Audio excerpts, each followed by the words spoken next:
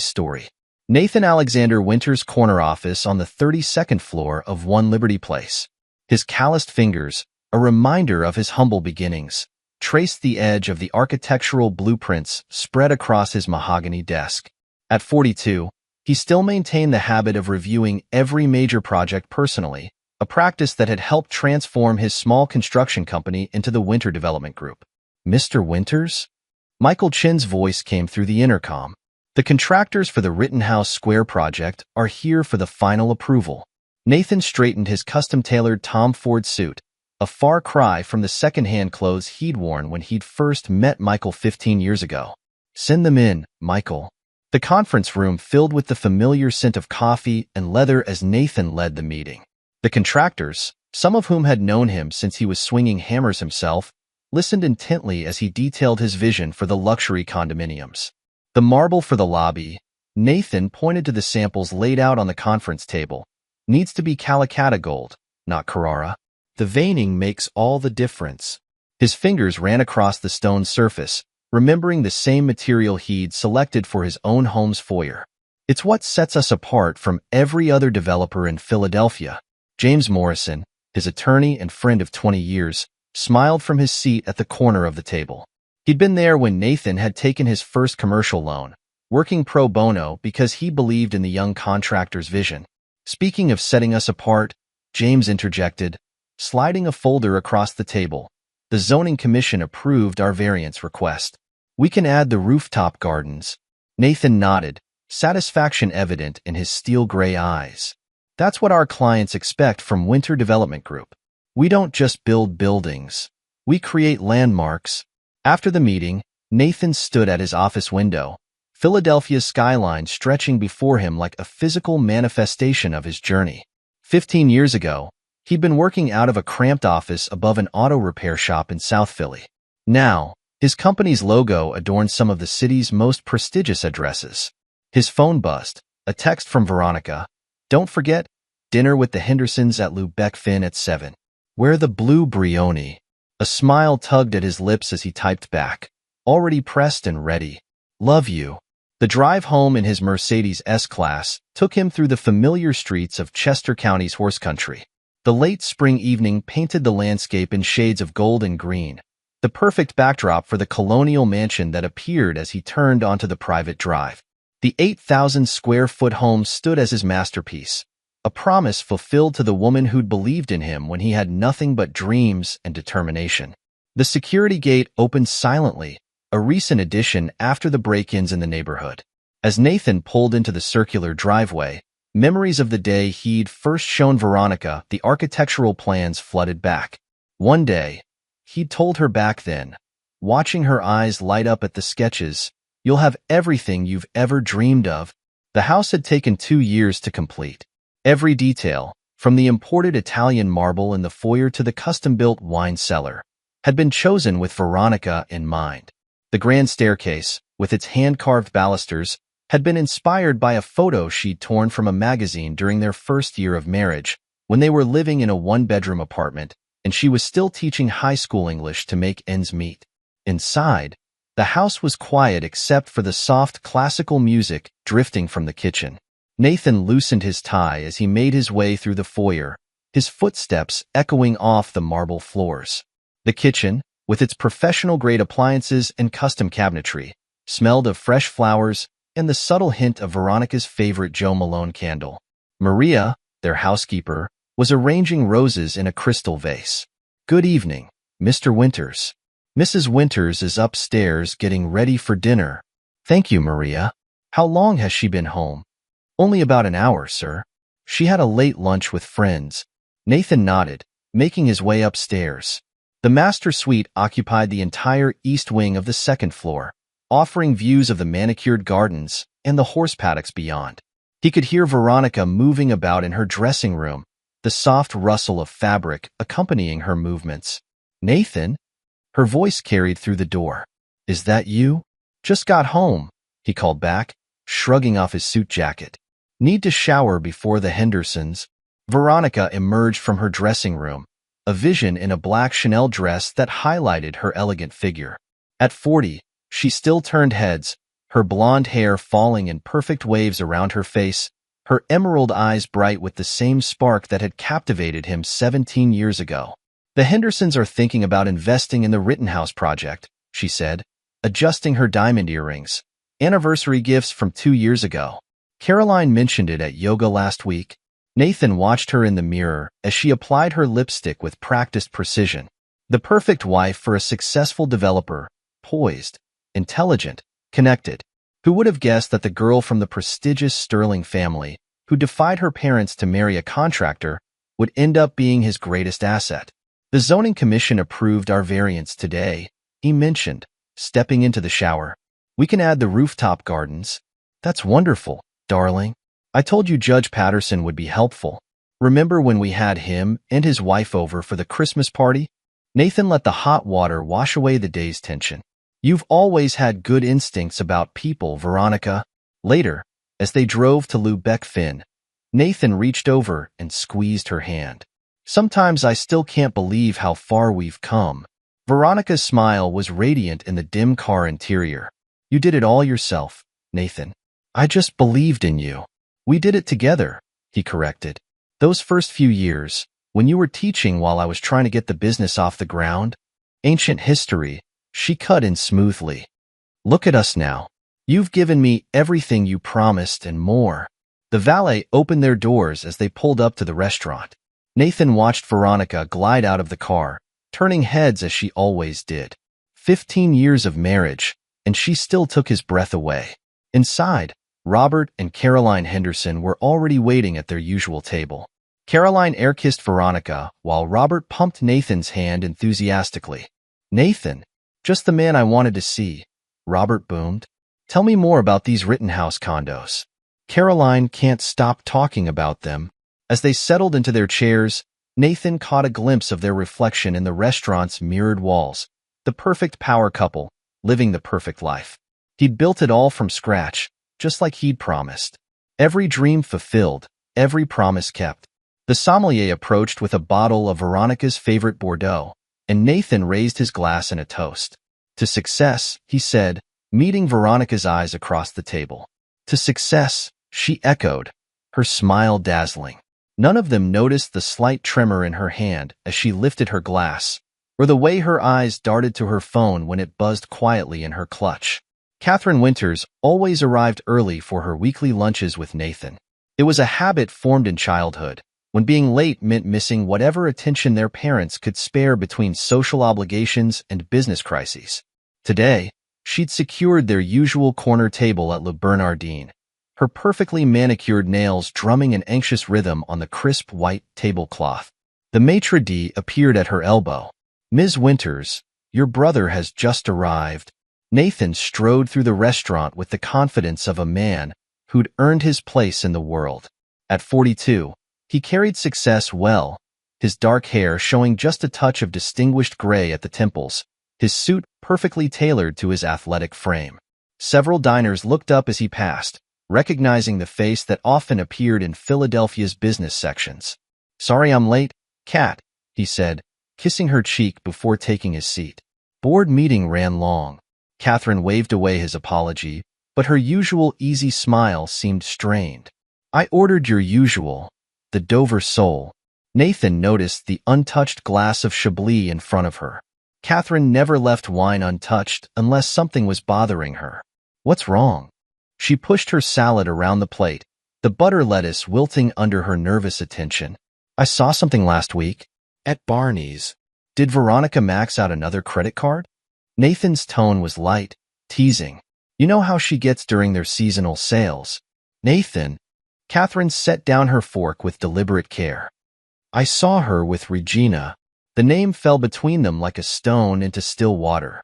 Regina Thompson, Veronica's mother, Philadelphia society maven, and the woman who'd publicly declared that her daughter had committed social suicide by marrying Nathan Winters. Nathan's face remained carefully neutral, but Catherine caught the slight tightening around his eyes. "Regina's tried to reconnect before. Veronica always shuts her down." They were having lunch at Fred's, Catherine continued, her voice low despite their private table, "with a man I didn't recognize. Tall, maybe mid-30s. Looks like he spends more time at Equinox than in an office. Veronica has lots of business lunches. The hospital board, the various charities she chairs.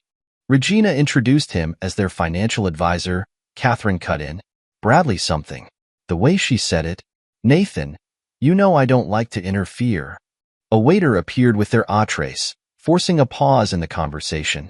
Nathan used the interruption to gather his thoughts, remembering the last time he'd seen Regina Thompson. It had been at a charity gala 3 years ago. She'd walked past their table without a glance, as though her only daughter didn't exist. Did you hear what they were discussing? He asked once they were alone again. Catherine shook her head. They stopped talking when they saw me. But Veronica, she seemed different. Nervous, maybe. Not like herself. Nathan's fork paused halfway to his mouth.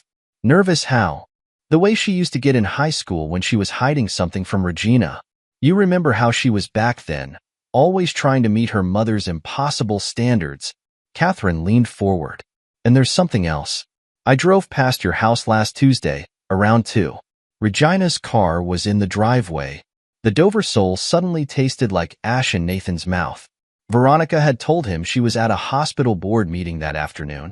I'm sure there's an explanation, he said, but his mind was already working, calculating. Did you catch the financial advisor's last name? Catherine closed her eyes, concentrating. Porter, I think. Or Palmer. Something with a P. Nathan pulled out his phone, sending a quick text. Diana Reeves would be discreet. She always was. That's why he kept the former FBI agent on retainer, officially to vet potential business partners. Just background checks, he murmured, more to himself than Catherine. Nathan. His sister reached across the table, covering his hand with hers. Maybe I'm wrong. Maybe it's nothing. But your house, your company, everything you've built is protected, he finished firmly. The prenup, the corporate structure, everything's solid. James Morrison made sure of that. Catherine withdrew her hand, her expression troubled. Just be careful, okay? My instincts about people have never been wrong. Nathan completed the familiar phrase. It was true. Catherine had warned him about his first business partner's gambling addiction before anyone else noticed the signs. Had tried to tell him about their father's affair before it destroyed their parents' marriage. The rest of lunch passed in safer topics. Catherine's interior design business, her daughter's college applications, the upcoming charity gala season. But Nathan's mind kept returning to the image of Regina Thompson's car in his driveway, to Veronica's recent board meetings and charity lunches. Back at his office, he pulled up the security company's website on his computer. The recent break-ins in their neighborhood had been concerning enough, but now, Michael, he called through the intercom. Get me John McCarthy from Elite Security Systems. Tell him it's urgent. While he waited for the call, Nathan opened his private email and composed a message to Diana Reeves. Need background check on financial advisor. Bradley P. something. Associates with Regina Thompson. Quiet and thorough, the usual arrangement.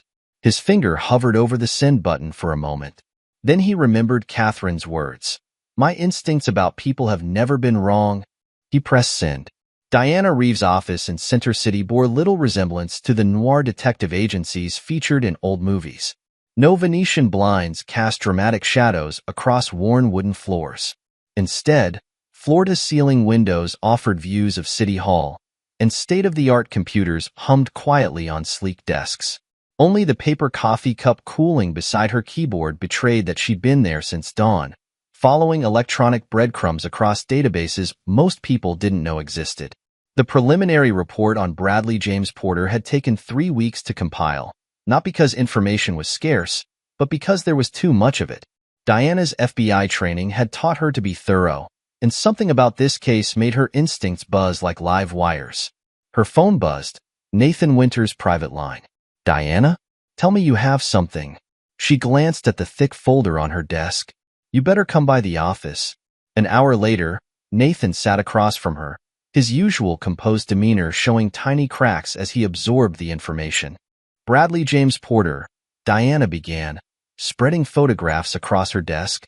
35, former attorney, now calls himself a financial consultant, graduated from Penn Law, worked for Deckard LLP until last year. That's when things get interesting. Nathan picked up a photo showing Bradley, tall, tanned, expensive watch glinting on his wrist, leaving an upscale Center City gym. Interesting how? He was disbarred, Diana said, pulling up documents on her computer. Multiple ethics violations, misappropriation of client funds, conflicts of interest, the works. But here's where it gets weird. Every complaint was mysteriously withdrawn before the disciplinary board could fully investigate. Nathan's eyes narrowed. Bought off. That's my guess. Diana turned her monitor to show him a complex web of financial transactions. Regular payments from a shell company called Sterling Bay Investments. Guess who owns it? Regina Thompson, Nathan said flatly. Diana nodded. But that's just the beginning. The phone records are what caught my attention. She pushed a stack of papers across the desk. Nathan's hands tightened on the edges as he read, his knuckles turning white. Hundreds of calls between Veronica and Bradley over the past 6 months, Diana continued. Late-night texts. Hotel charges on her private credit card.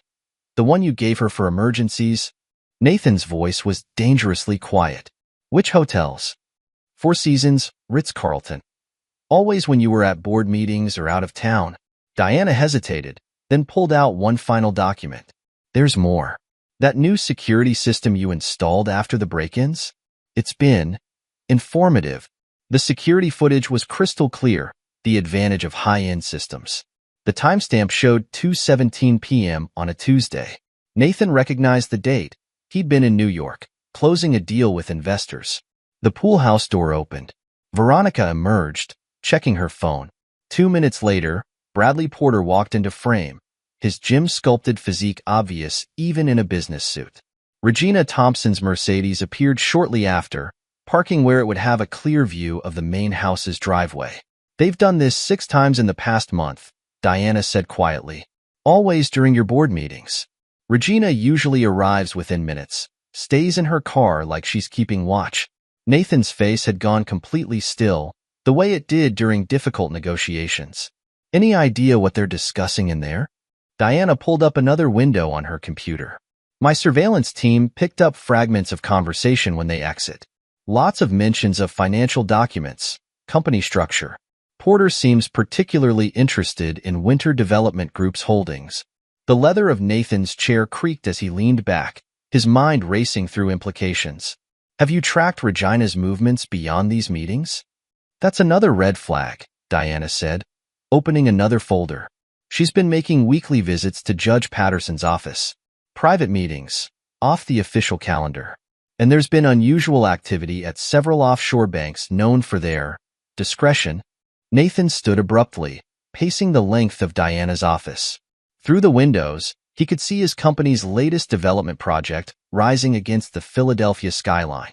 15 years of work, of building something from nothing, and now, I need eyes and ears everywhere, he said finally. Every meeting, every phone call, every text. If they sneeze, I want to know about it. Diana nodded, already reaching for her phone. I'll double the surveillance team. But Nathan, she hesitated, choosing her words carefully. Whatever they're planning, it's methodical, professional. These aren't amateur moves. No, Nathan agreed, his voice hardening.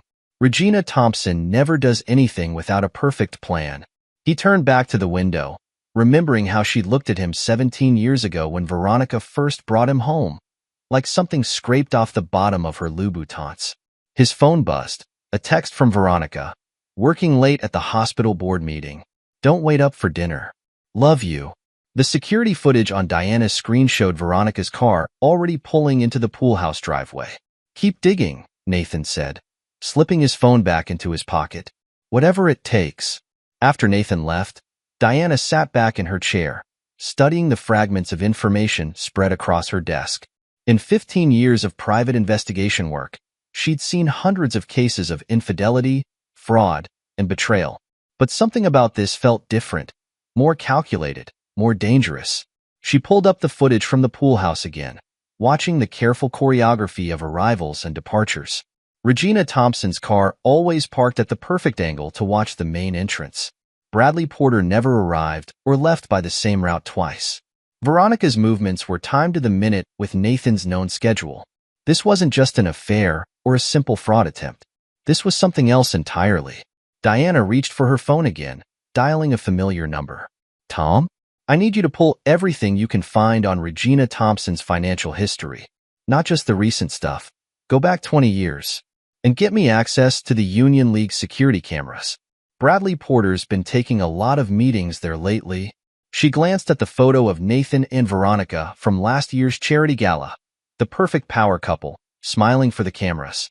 Sometimes the biggest lies were hidden in plain sight.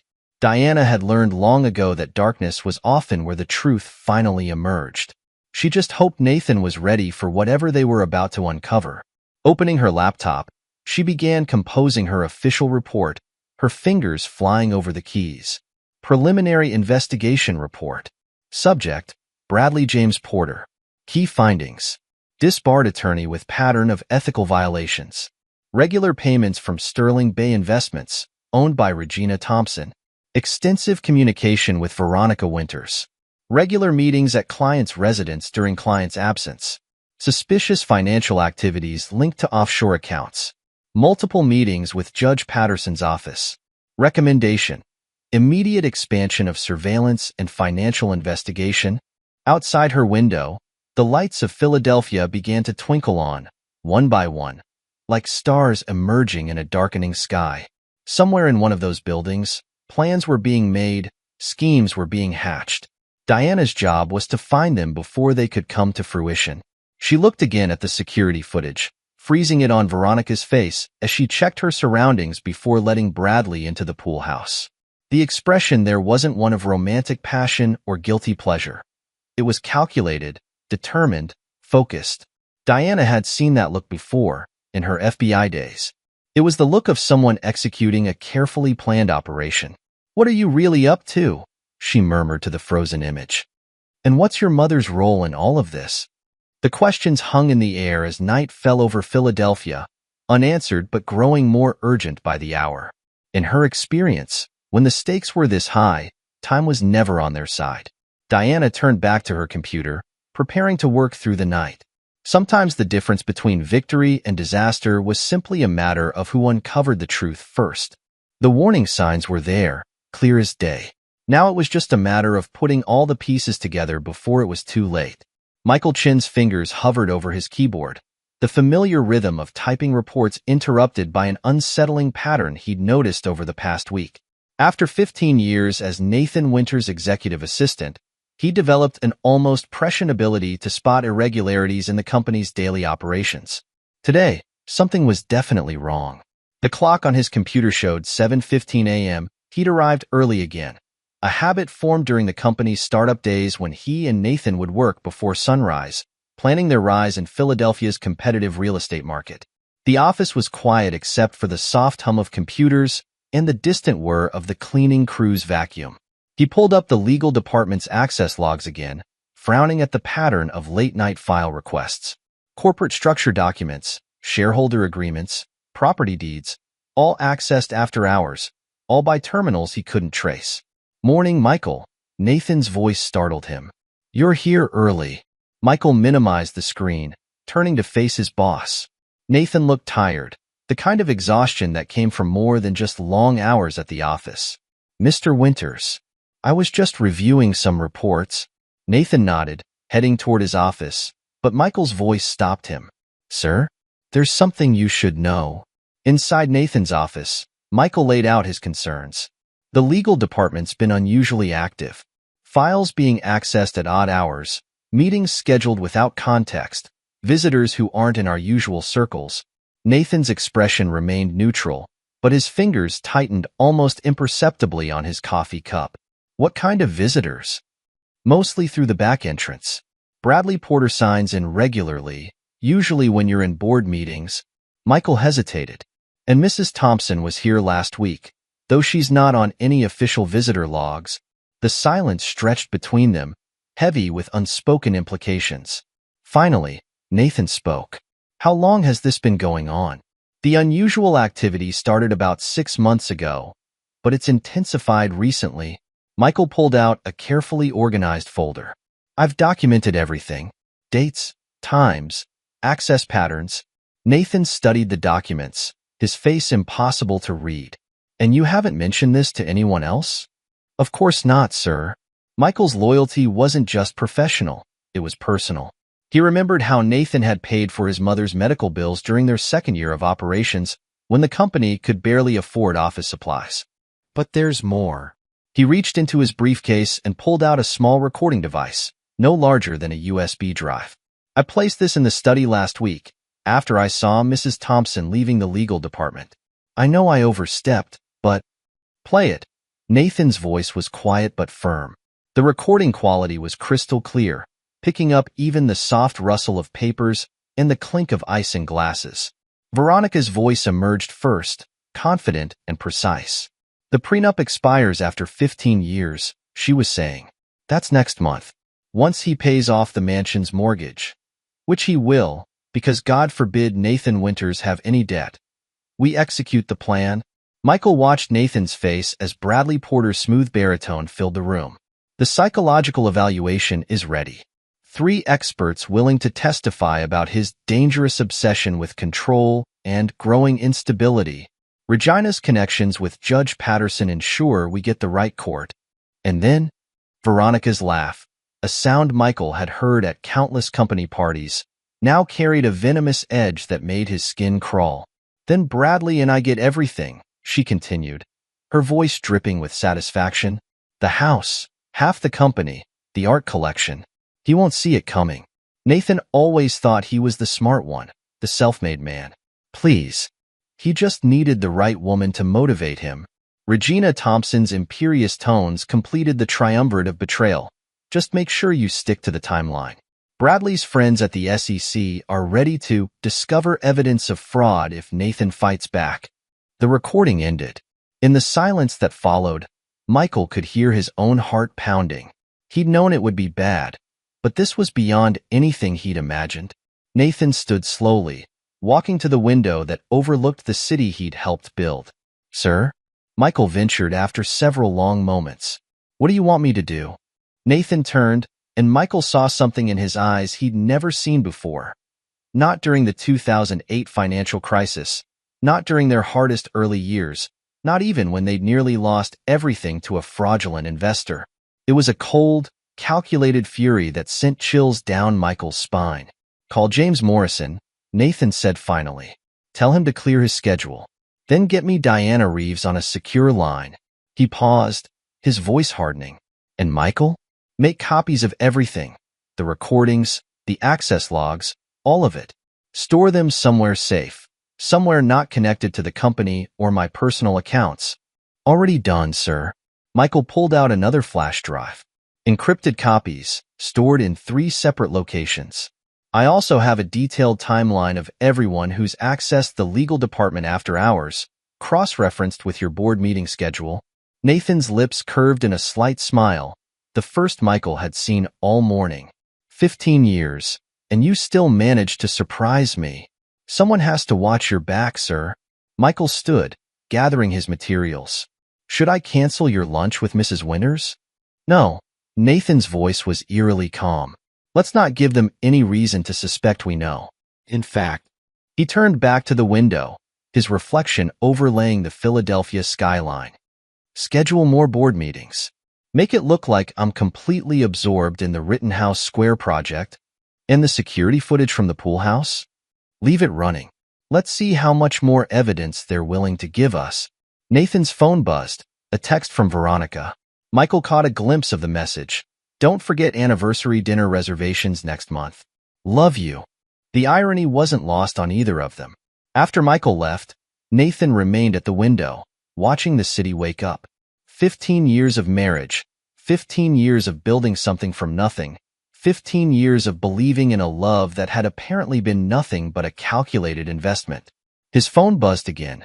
Diana Reeves this time. Got your message, her text read. Meeting in 20 minutes. Bringing something you need to see. Nathan slipped the recording device into his pocket, its weight a reminder of just how quickly foundations could crumble. The betrayal burned, but beneath the pain, another emotion was taking shape.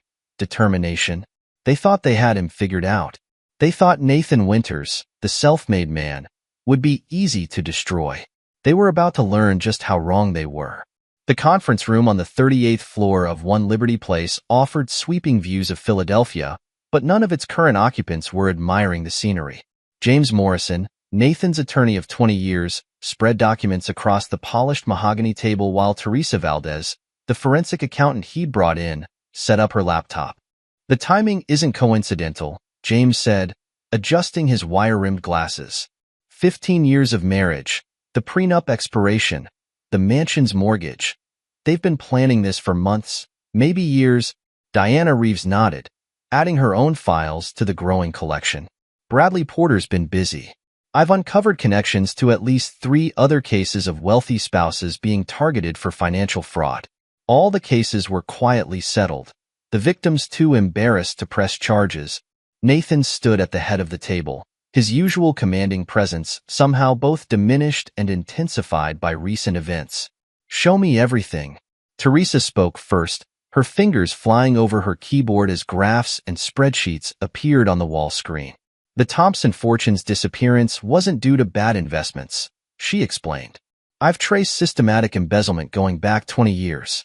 Regina Thompson siphoned off family assets through a network of shell companies. Let me guess, Nathan's voice was dry. Bradley Porter helped set those up. Better than that, Teresa clicked to a new slide. The money's still moving. Regular transfers to offshore accounts, all controlled by Porter. He's been using his financial advisor role to launder Regina's stolen funds. James leaned forward, studying the data. This is good. Criminal fraud charges could? No. Nathan's interruption was sharp. The moment we move legally, they'll execute their plan. Those psychological evaluations, the SEC allegations, it would look like exactly what they're trying to paint. A controlling husband lashing out. Diana nodded approvingly. You need to restructure before they can strike. The prenup might expire, but if the assets aren't there to grab... Exactly. Nathan turned to James. How quickly can we set up a holding company? Something ironclad, beyond their reach? James pulled out his phone, already scrolling through contacts. I know just the team. We can have the basic structure by end of week. But Nathan... He hesitated. The mansion's mortgage. They're expecting you to pay it off before their 15th anniversary, so we let them think I will.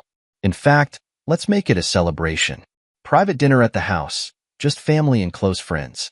They'll expect me to make a grand gesture. Teresa looked up from her laptop. What about the house itself? Even if you don't pay off the mortgage, transfer it to the company. Nathan cut in. Corporate retreat center. Tax deductible, completely separate from personal assets. Diana's phone buzzed. She checked it, her expression tightening. My team just spotted Bradley at the Union League. He's meeting with someone from the SEC. Let him. Nathan's voice held a confidence that made everyone look up. In fact, make sure your surveillance team gets plenty of pictures. The more evidence they think they're gathering, the less careful they'll be. James cleared his throat. Nathan, we need to discuss worst-case scenarios. If they go public with their accusations, they won't. Nathan walked to the window. Philadelphia spread out before him like a chessboard. Regina Thompson cares about one thing, her social status. The moment this threatens to explode publicly, she'll run. And Bradley? He turned back to the room. Men like Bradley Porter don't fight. They fold. And Veronica? Diana's question hung in the air. Nathan's face showed no emotion, but his hands clenched slightly at his sides. Veronica made her choice. Now she'll live with the consequences. Teresa spoke up again, her voice gentle but firm. There's something else you should see. She pulled up a new set of documents. I found some discrepancies in the Thompson family's original financial collapse. The timing of certain losses, the pattern of investments. She looked directly at Nathan. I don't think Regina lost the money through bad investments at all.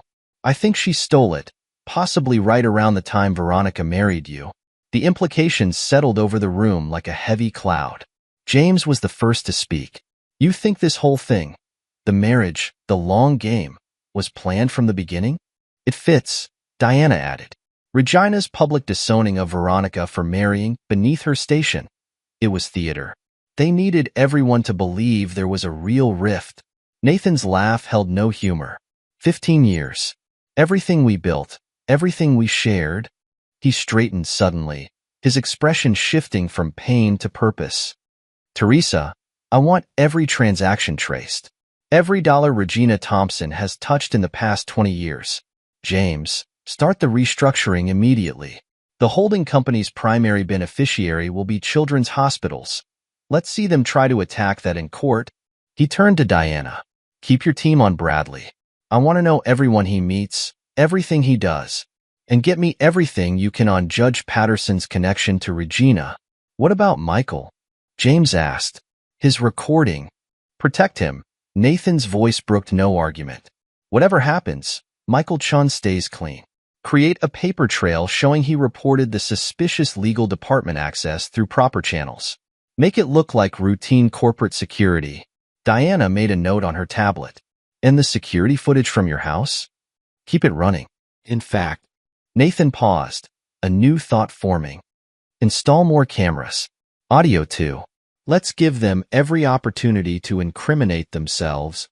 The meeting continued for hours, each piece of the countermove carefully planned and documented. As the sun began to set over Philadelphia, Nathan's phone lit up with a text from Veronica. Meeting with the hospital board running late. Don't wait up. Love you. The security feed on Diana's laptop showed Veronica's car already parked at the Union League, where Bradley Porter had reserved a private dining room. Sir? Teresa's voice was hesitant. There's one more thing. About Regina's offshore accounts. Nathan nodded for her to continue, but his mind was already racing ahead, planning the next move in this high-stakes game of betrayal and revenge. They thought they were destroying him. Instead, they were teaching him the most valuable lesson of his life. Trust, once broken, becomes the sharpest weapon of all. Diana Reeves had spent enough time in surveillance vans to know that the best evidence often came from patience rather than pursuit. Today, that patience was paying off in spectacular fashion. Through her high-powered lens, she watched Bradley Porter stride into the Union League, his expensive suit and carefully styled hair marking him as just another successful Philadelphia businessman. 20 minutes later, 2 men in cheaper suits followed. SEC employees, according to their ID badges. Got movement at the house. Her partner's voice crackled through her earpiece. Veronica just left for her hospital board meeting. Regina's car just pulled into the driveway. Diana allowed herself a small smile. They were all so predictable, so confident in their plan that they'd stop being careful. That would be their undoing. Inside her van, screens displayed various feeds. Security cameras from Nathan's house, traffic cameras tracking Veronica's car, even thermal imaging showing the 3 figures now meeting in the Union League's private dining room. Her phone buzzed, a text from Nathan. Updates? She typed quickly. Being made. All players in position. Recording everything. The Union League's private dining room had been easy to bug. Amazing what a $100 tip could convince cleaning staff to accidentally leave behind. Now, Bradley's voice came through clear as crystal. The SEC investigation will start next week, he was saying. Just enough irregularities to raise red flags. Once Nathan's stability is questioned, the rest falls into place. One of the SEC men, Johnson, according to Diana's files, sounded nervous. The documents better be solid. If this comes back on us... Relax, Bradley's voice oozed confidence. Regina's taken care of everything. The offshore accounts are untraceable, and your consultation fees will be paid through a separate shell company. Clean. Simple, untraceable. Diana's fingers flew over her keyboard, documenting every word. In the background, her facial recognition software was running, matching the SEC employees against federal databases, building the web of conspiracy one thread at a time. Her earpiece crackled again. Regina's on the move. Headed to Judge Patterson's chambers. Stay on her, Diana instructed, switching feeds to track the silver Mercedes as it wound through Philadelphia streets. And get me audio as soon as she's inside. The pieces were falling into place faster than even she had expected. Bradley's overconfidence, Regina's arrogance, Veronica's careful choreography. They'd created a perfect storm of evidence. Her laptop pinged, another email from Michael Chun.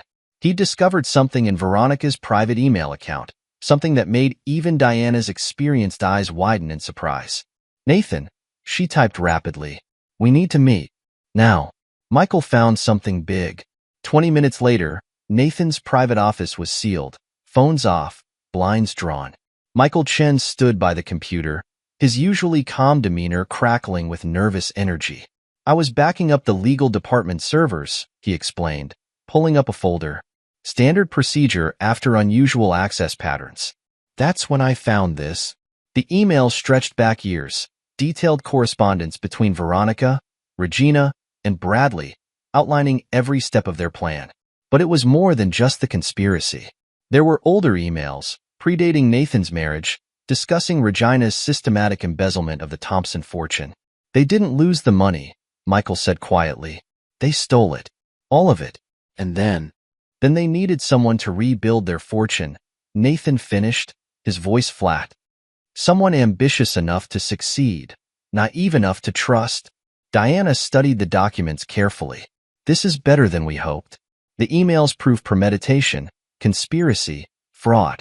And with Bradley's meeting at the Union League happening right now, we're getting live confirmation of everything. Nathan leaned over her shoulder, scanning the emails. His jaw tightened as he read one particular exchange from 6 months before his wedding. "Nathan's perfect for our purposes," Veronica had written to her mother. "Ambitious enough to succeed. But so in love he'll never see it coming. His construction company's small now, but with the right connections and motivation." Regina's reply was equally calculating. "Just make sure you maintain the public rift between us. Your defiance in marrying beneath your station needs to be convincing. Bradley will handle the paperwork for the offshore accounts." Michael cleared his throat. "There's more, sir. I found something in the security footage from your house." He pulled up a video file. The timestamp showed last Tuesday, while Nathan was at a board meeting. The pool house camera caught Veronica and Bradley, but this time their conversation was different. "The medication swap has to be gradual," Bradley was saying, holding up an orange prescription bottle. "Start mixing in the other pills slowly. By the time we file the psychological evaluation, his behavior will match our narrative perfectly." Veronica took the bottle, her face a mask of cold determination. "How long before they take effect?" "A few weeks of increasing doses. He'll start showing signs of paranoia, instability. Perfect timing for when we present evidence of his company's financial irregularities to the SEC." Diana's hand clenched into a fist. "They're planning to drug him. Make him actually appear unstable while they dismantle everything he's built."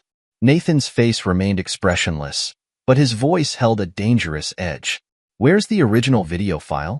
"Multiple secure locations," Michael answered promptly, "along with copies of all the emails and financial records. I also found something interesting in Bradley's correspondence with Judge Patterson." He pulled up another email chain. "They've been coordinating for months. The judge has already drafted emergency orders. One to remove you from the company on grounds of mental instability, another to freeze your assets pending investigation." Diana's phone buzzed. She checked it, her expression grim. "Bradley just finished his meeting at the Union League. My team recorded everything. Explicit discussion of bribing SEC officials, details about falsifying evidence, the whole plan." "And Regina?" Nathan asked. "Still with Judge Patterson." "But sir," Diana hesitated. "There's something else you should see." She pulled up a series of financial records. "We found where the Thompson fortune really went. Regina didn't just embezzle it. She and Bradley have been running this same scheme for years. Find successful entrepreneurs, arrange marriages, then destroy them through false accusations and rigged court proceedings." Nathan stared at the documents, years of memories reshaping themselves in light of new evidence. Every business connection Veronica had happened to know, every social invitation that had led to crucial deals, every time she'd encouraged him to expand, to take risks, to build bigger. "How many others?" he asked quietly. "We've identified 3 previous victims," Diana replied. "All followed the same pattern. Successful businessmen, marriages to women from Regina's social circle, then sudden mental health crises coinciding with SEC investigations. Each time, Bradley Porter acted as the financial advisor who helped hide the stolen assets. Michael's computer pinged with a new alert. Sir? Veronica just accessed the legal department servers again. She's downloading the corporate structure documents. Let her, Nathan said, his voice hardening with resolve. Let them think everything's proceeding according to plan. He turned to Diana. Do we have enough? Diana nodded slowly, reviewing their evidence. The emails proving long-term conspiracy, the security footage showing the drugging plot, Bradley's recorded confessions at the Union League, the financial records revealing the larger pattern of fraud, and now the attempted corporate theft caught in real time. More than enough, she confirmed. But Nathan, once we move on this, there's no going back. They'll know we've been onto them, and people like this, when they're cornered, they get dangerous, Nathan finished. He walked to the window, looking out at the city he'd built his dreams in. 15 years of marriage, of shared successes and celebrated victories, all based on an elaborate lie. Behind him, Michael and Diana exchanged glances. They'd both seen that look before, the calm before a storm, the moment a man decides to stop playing defense and start fighting back. Sir? Michael ventured. What do you want us to do? Nathan turned back to the room, his expression set with grim determination. Keep gathering evidence. Every meeting, every call, every email. I want it all documented and secured. He paused, checking his watch. And start preparations for next week's board meeting. It's time we showed them exactly who they're dealing with. The morning of Winter Development Group's quarterly board meeting dawned clear and crisp, Philadelphia's skyline sharp against the October sky. In his office, Nathan adjusted his Brioni tie with practiced precision, every movement calculated for the performance ahead. Michael Chen appeared in the doorway, tablet in hand. Everything's ready, sir. Mrs. Winters, Mr. Porter, and Mrs. Thompson arrived 10 minutes ago. They're in the main conference room with the other board members. Nathan checked his watch, a Patek Philippe that Veronica had given him on their 10th anniversary. And our other guests? Agent Hayes and his team are in position. Diana's coordinating from the security office. Michael's usually steady hands betrayed a slight tremor as he handed Nathan a folder. These just came in from Teresa. Final confirmation of the offshore accounts. The leather chair creaked softly as Nathan settled behind his desk, reviewing the documents one last time. Everything had to be perfect. One false move, one premature revelation, and 15 years of calculated deception could slip through their fingers. In the security office 6 floors below, Diana Reeves watched multiple screens with FBI agent Carson Hayes, her former partner from her bureau days. After 20 years in law enforcement, Hayes had seen every kind of financial fraud imaginable, but even he let out a low whistle at the evidence before them. 15 years of planning, he muttered, adjusting his earpiece. Setting him up, building his business just to take it down. That's some cold calculation. Diana's eyes never left the monitors showing the conference room. Regina Thompson's been running this scheme for decades. Nathan wasn't their first target, just their most ambitious one. On the screens, Veronica sat at the conference table, elegant in a navy St. John suit, her golden hair arranged in perfect waves. Bradley Porter lounged beside her, his confidence evident in every gesture. Regina Thompson completed the triangle, her imperious posture unchanged since her society debut 40 years ago. Teams in position? Diana asked. Hayes nodded, his voice low as he spoke into his comm unit. All units ready. Evidence teams standing by. Remember, we wait for the explicit bribe offer before we move. The conference room filled slowly with board members and executives. James Morrison, Nathan's attorney, took his customary seat, legal papers arranged with careful precision. Teresa Valdez, the forensic accountant, sat near the back, her laptop open to screens of financial data. At precisely 9 a.m., Nathan entered. If anyone noticed the slight bulge of a recording device in his breast pocket, they gave no sign. Good morning. His voice carried the same authority it always had. Before we begin our regular agenda, I have an announcement regarding the mansion's mortgage. Veronica's perfectly manicured hand tightened almost imperceptibly on her Mont Blanc pen. Bradley's smile widened just a fraction. Regina's eyes gleamed with anticipated triumph. As you know, Nathan continued, "This month marks not only our quarterly meeting, but also my 15th wedding anniversary." He turned to Veronica, his expression unreadable. 15 years of building something together, of trust, of partnership. In the security office, Diana leaned forward. "Here we go." Nathan opened a leather portfolio. "I've prepared several documents for the board's review. First, confirmation of the mansion's mortgage payment." He paused, allowing the rustle of papers to fill the room. "And second, evidence of a long-term criminal conspiracy to defraud this company." The silence that followed was absolute. Then several things happened at once. Bradley Porter stood abruptly, his chair scraping against the floor. "I don't know what you're talking about, but this is hardly the place." "Sit down, Mr. Porter." Agent Hayes's voice cut through the room as he entered, FBI tactical team following smoothly through both doors. Or should I say, former attorney Bradley Porter, disbarred for ethical violations, and currently under investigation for multiple counts of fraud. Regina Thompson's face, trained by decades of social warfare to betray nothing, showed the first cracks of panic. "This is absurd. Veronica, tell them." "Mrs. Thompson." Teresa Valdez stood, her laptop displaying a complex web of financial transactions. "Would you like to explain these offshore transfers? Or should we start with how you really lost the Thompson fortune 20 years ago?" Veronica's composure cracked first. "Nathan, darling, there's been a terrible misunderstanding, has there?" Nathan's voice was deadly quiet as he pressed play on the recording device. The room filled with her own voice, crisp and clear. "Then Bradley and I get everything. The house, half the company, the art collection. He won't see it coming." Bradley's professional demeanor dissolved as Agent Hayes approached with handcuffs. "Wait. This is all a misunderstanding. I can explain everything."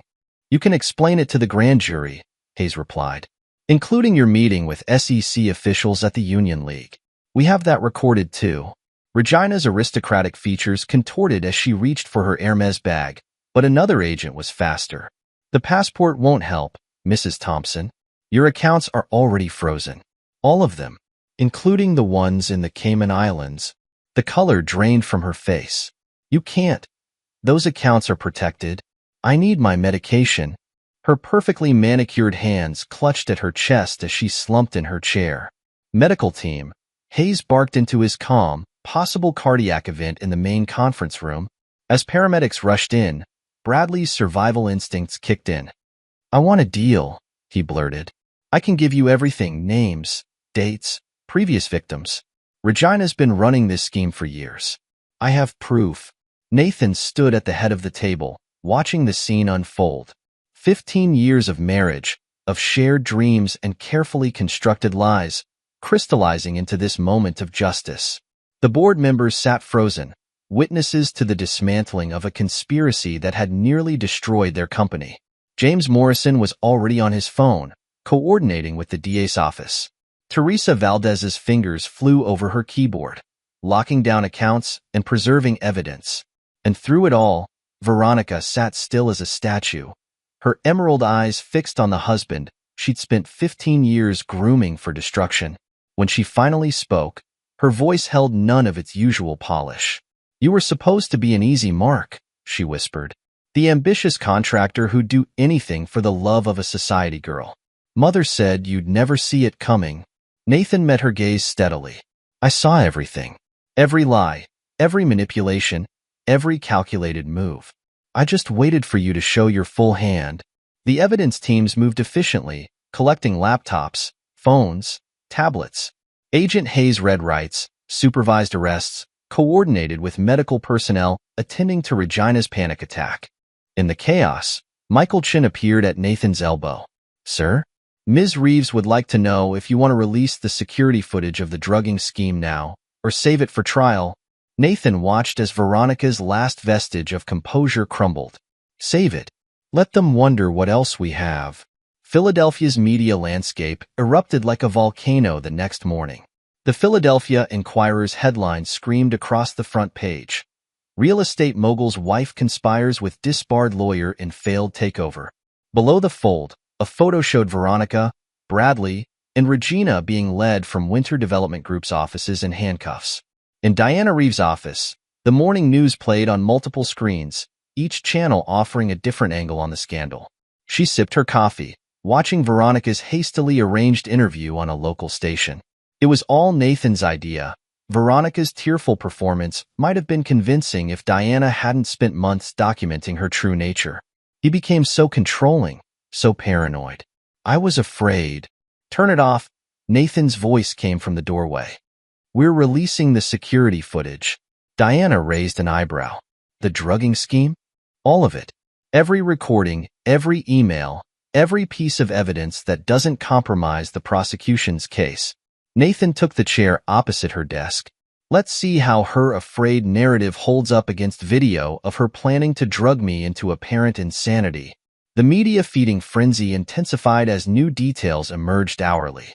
Bradley's previous victims came forward, describing identical schemes, marriages arranged to gain control of successful businesses, followed by carefully orchestrated psychological warfare and fraudulent financial claims.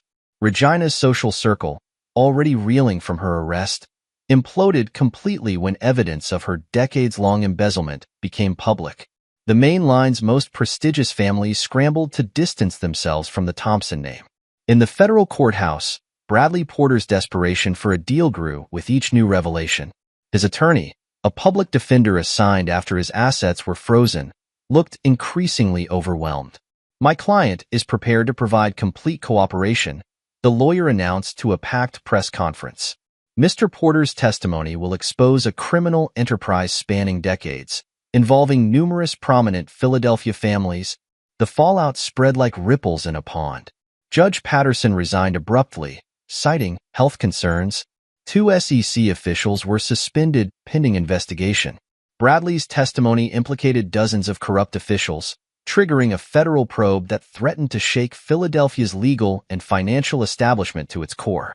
Diana's surveillance team, still monitoring all parties, recorded a steady stream of panicked phone calls and desperate attempts to hide evidence.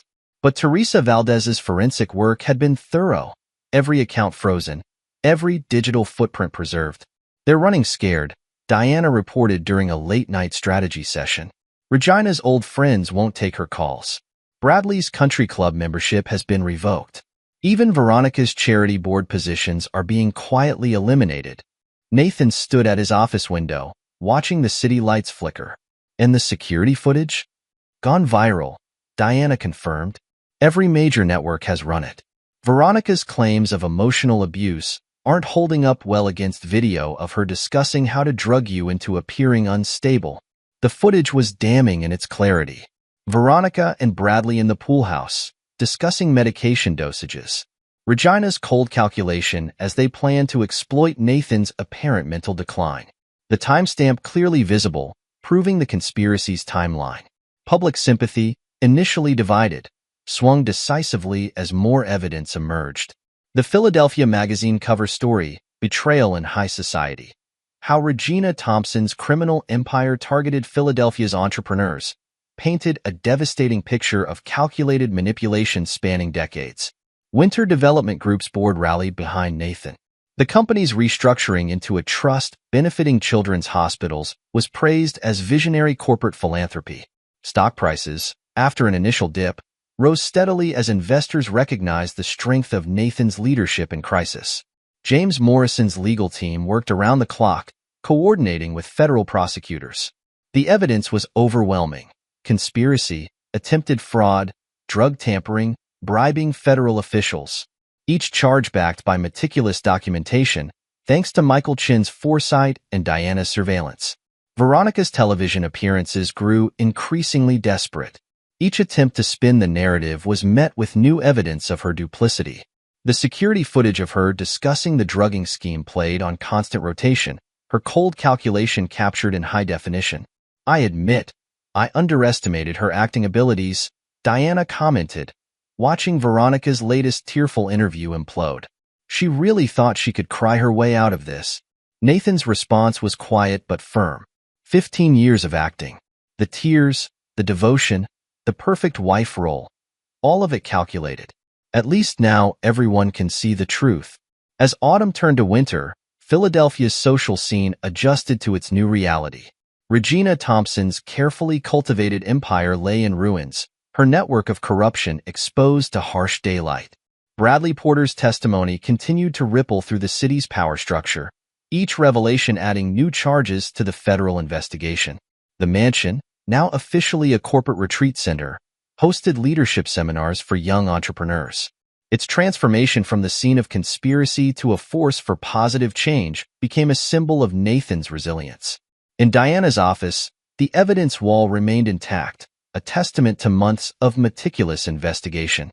Photos, documents, transcripts, the paper trail of betrayal that had nearly destroyed an empire, but instead exposed a criminal enterprise. "You know what amazes me?" she said to Nathan during one of their final debriefings.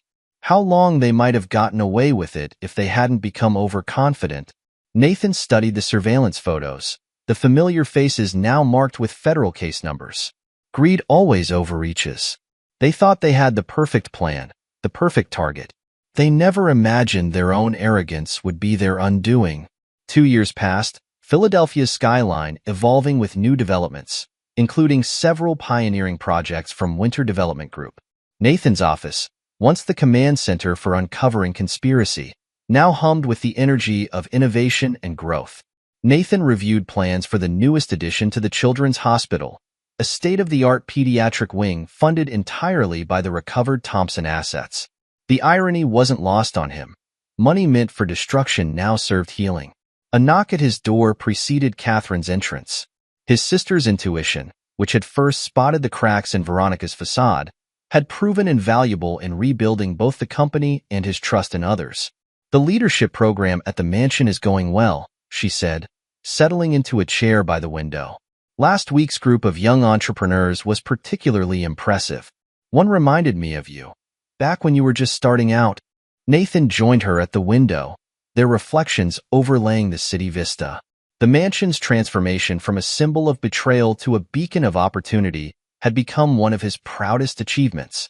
"Teresa sent over the final accounting," he mentioned, sliding a folder across his desk. "The last of Regina's hidden accounts have been traced and seized. Everything's being channeled into the Children's Hospital Foundation." Catherine studied her brother's profile, noting how the past 2 years had changed him. The betrayal had left its marks, but like the steel and glass towers he built, he'd emerged stronger for the tempering. "You know what the best part is?" she asked, echoing a conversation from years ago when she'd first warned him about Veronica. "She always said you'd be nothing without her." A slight smile crossed Nathan's face as he watched construction cranes dance across the horizon. "She was wrong," he replied simply. "I would have given her everything. Instead, she taught me the value of trust and the price of betrayal." The implications of that lesson rippled far beyond Nathan's personal story. Bradley Porter's 15-year sentence had sent shockwaves through Philadelphia's legal community, serving as a stark warning against white-collar fraud. His testimony had exposed corruption at every level, leading to widespread reforms in financial oversight. Regina Thompson's 20-year term for embezzlement and conspiracy marked the end of an era in Philadelphia society. The woman who had once ruled the mainline social scene now shared a federal prison block with her daughter. Veronica's 12-year sentence for conspiracy and attempted drugging seemed almost lenient in comparison, though the loss of her reputation and position proved a harsher punishment than any prison term. Michael Chen appeared in the doorway, tablet in hand. "The contractors for the hospital wing are here for the final approval, sir. And the new security protocols you implemented at the corporate retreat center are fully operational." Nathan nodded, gathering his papers. The mansion's transformation had been particularly satisfying. What was meant to be a symbol of Veronica's triumph now served as an incubator for the next generation of ethical entrepreneurs. "You know," Catherine mused, watching her brother prepare for the meeting, "most men would have been destroyed by what they did. The betrayal, the conspiracy, the years of manipulation. Most men fight alone," Nathan replied, straightening his tie. "I had the right people in my corner. You, Michael, Diana, James, Teresa. Loyalty freely given is worth more than any false devotion." The afternoon sun gilded Philadelphia's skyline, touching each building with amber light. Among the towers, Winter Development Group's projects stood as testaments to resilience and renewal. What Veronica and her conspirators had meant for destruction had instead catalyzed transformation. From his office window, Nathan could see the children's hospital rising against the skyline, its innovative design already drawing attention from healthcare professionals worldwide. The Thompson fortune, accumulated through decades of fraud and betrayal, would now serve generations of young patients. Ready for the contractors? Michael asked, holding the door. Nathan took a final look at the city spread before him. The physical manifestation of dreams built, lost, and rebuilt stronger than before. Always ready, he answered, his voice carrying the quiet confidence of a man who had faced betrayal and emerged victorious. The Philadelphia skyline glittered as the sun set, each light a reminder that even in darkness, the city kept building, growing, reaching higher. Like the man who had helped shape its horizons, it had learned to transform setbacks into stepping stones, betrayals into blueprints for something better. Catherine watched her brother leave for the meeting, remembering the young contractor who'd once dreamed of building something meaningful. Veronica had been wrong. Nathan Winters hadn't needed the right woman to motivate him. He'd needed his true allies to reveal the strength he'd possessed all along. The day's last light caught the glass walls of Winter Development Group's latest project, sending prisms dancing across the office. In their kaleidoscope patterns, one could almost see the future taking shape. A future built not on deception and greed, but on the solid foundations of trust, integrity, and resilience. The story of Nathan Winters and the Thompson conspiracy would be told in Philadelphia's business schools and boardrooms for years to come, not just as a cautionary tale of betrayal and justice, but as proof that true success, built on genuine foundations, could withstand any attempt at destruction. In the end, what had been meant as a perfect crime had become a perfect lesson, that the strongest structures, whether of steel and glass or trust and loyalty, are those built with integrity at their core. Epilogue. 5 years later, the Federal Correctional Institution in Danbury, Connecticut bore little resemblance to the society gatherings where Veronica Sterling Winters had once reigned. The visiting room's harsh fluorescent lights did nothing to flatter her prison-issued khakis, and 5 years of incarceration had stripped away the polished veneer she'd maintained for so long.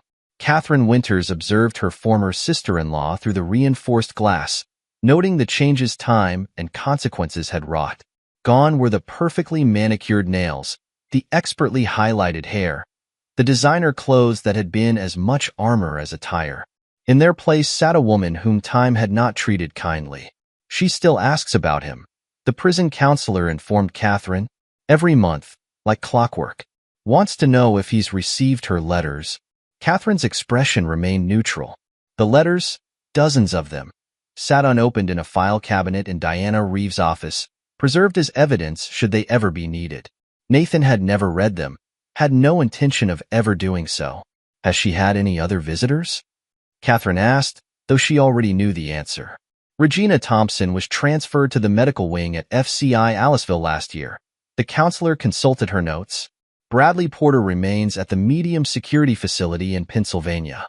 Their contact is restricted due to the terms of his plea agreement. The mention of Bradley Porter brought a fresh wave of updates to mind.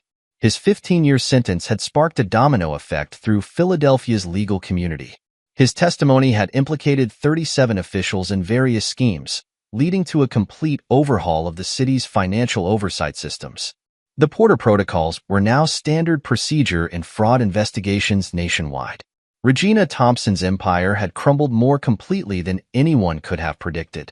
The investigation sparked by her arrest had uncovered decades of financial manipulation, affecting some of Philadelphia's oldest families. Her 20-year sentence was likely to be a life term, given her declining health and advanced age.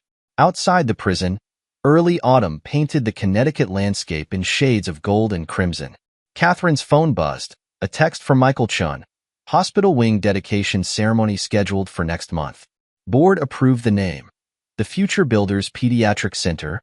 The transformation of the Thompson fortune into a force for good remained one of Nathan's proudest achievements.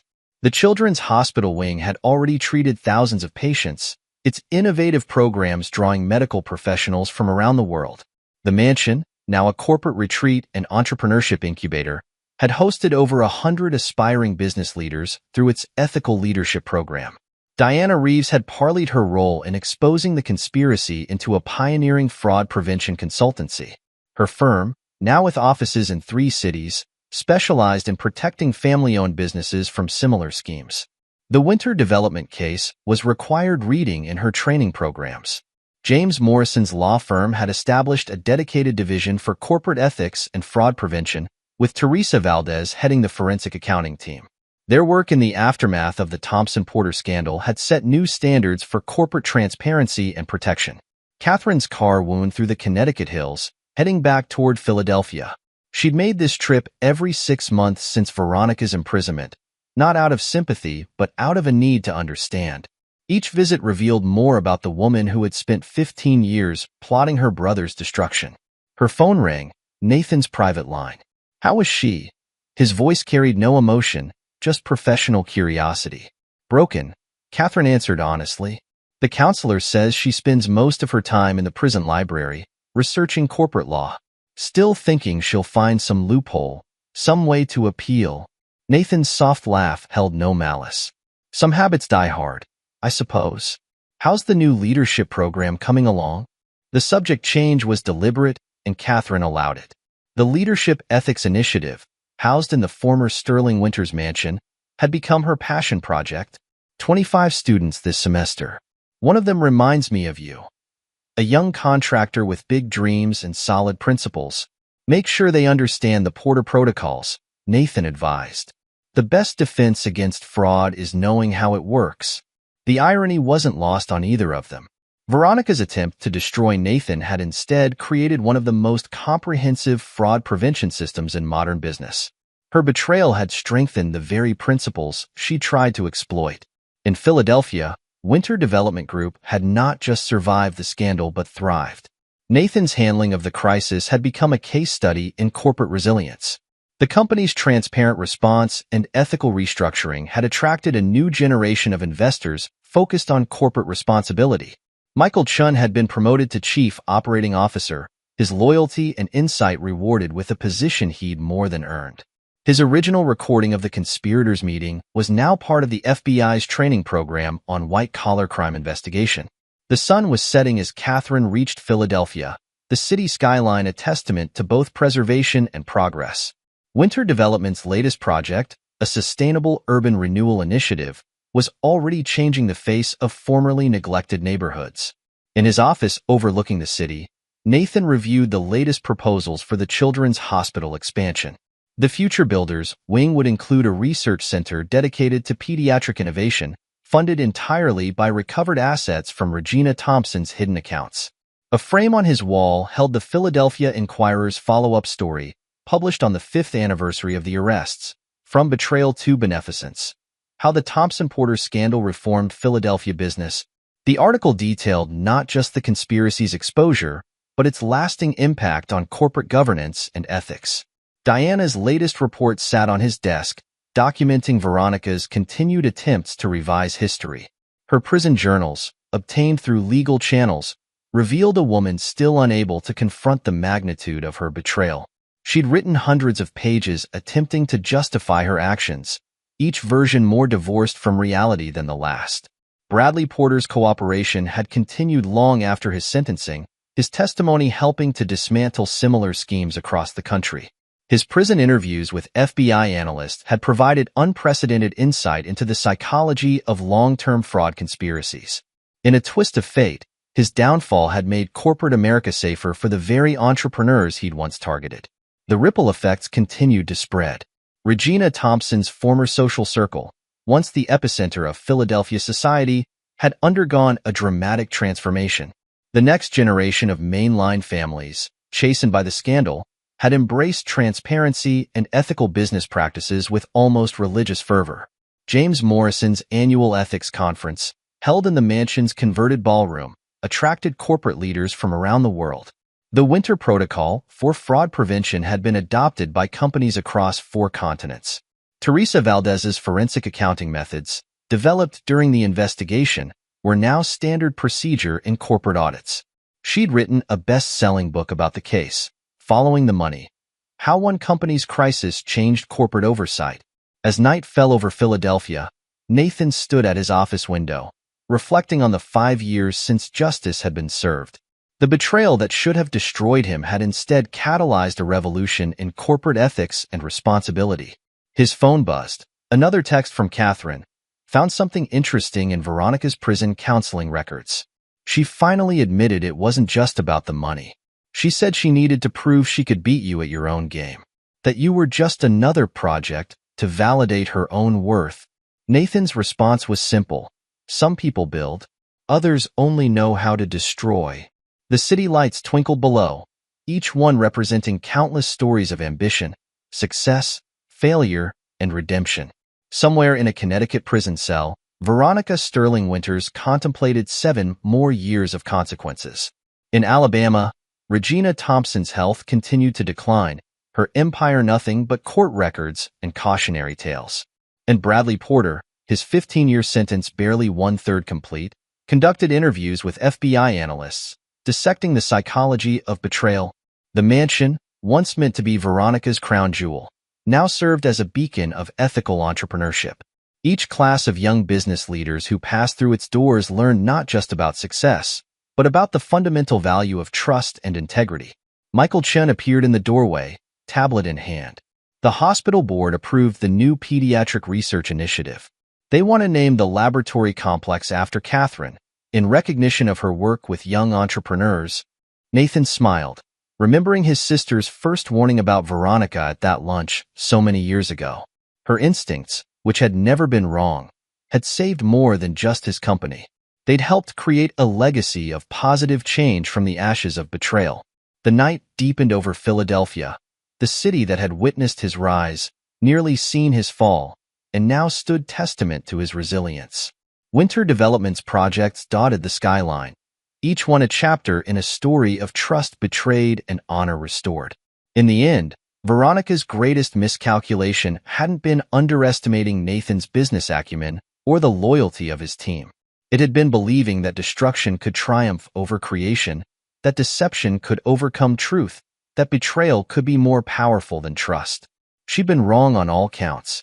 And now, 5 years later, the proof of her error rose in steel and glass against the Philadelphia sky, while she counted days in a Connecticut prison cell, learning the true price of betrayal. This is where our story comes to an end. Share your thoughts in the comments section. Thanks for your time. If you enjoy this story, please subscribe to this channel. Click on the video you see on the screen, and I will see you there.